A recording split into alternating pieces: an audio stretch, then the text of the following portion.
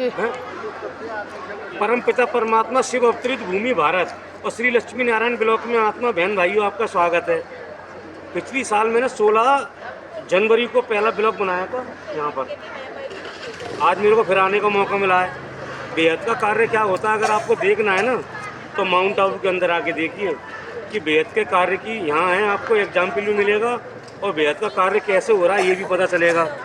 तो अभी यहाँ चल रहा है ब्रह्मा भोजन और कम से कम मैं समझता हूँ 20-35 हर तो भाई बहन हैं, हर उसके अंदर ऐसी भाई बहन आते हैं।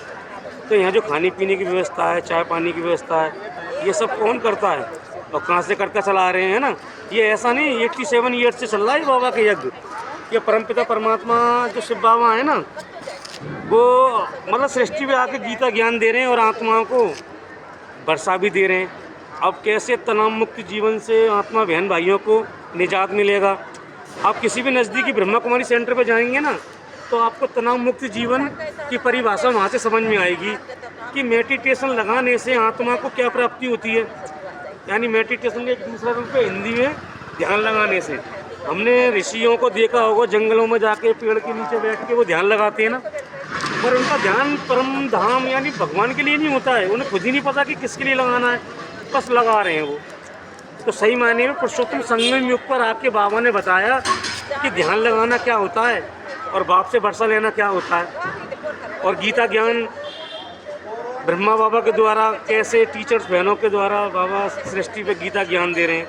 अब तक हम समझते थे कि गीता का भगवान श्री कृष्ण है, पर बाबा ने हमें बताया गीता का भगवान श्री कृष्ण नहीं है। श्री कृष्ण तो रचना है। यानी आज के टाइम में अगर अंबानी भी है ना, टाटा भी है, टाटा तो नहीं कहेंगे वो मेरिट नहीं है, अंबानी जी हैं, आज उनका कितना करोड़ों का टर्नओवर है, कल वो किसको देंगे?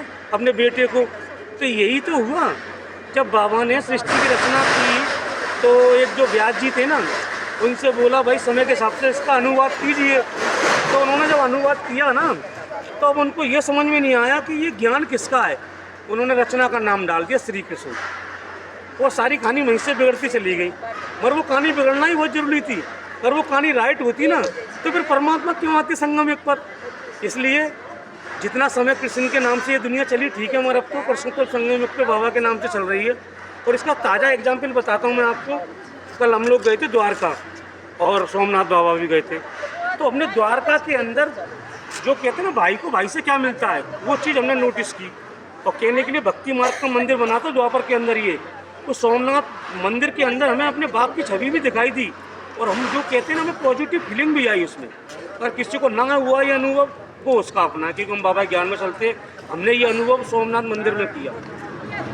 भाई ज्ञान तो बहुत है और भी यहाँ मुझे 5 तारीख तक रहना भी है, तो फिर सेवा करेंगे। जहाँ कहीं भी आप रहते हो ना या काम करते हो किसी भी नज़दीकी ब्रह्मा कुमारी सेंटर पर जाइएगा, 7 दिन का कोर्स कीजिए फ्री ऑफ कॉस्ट।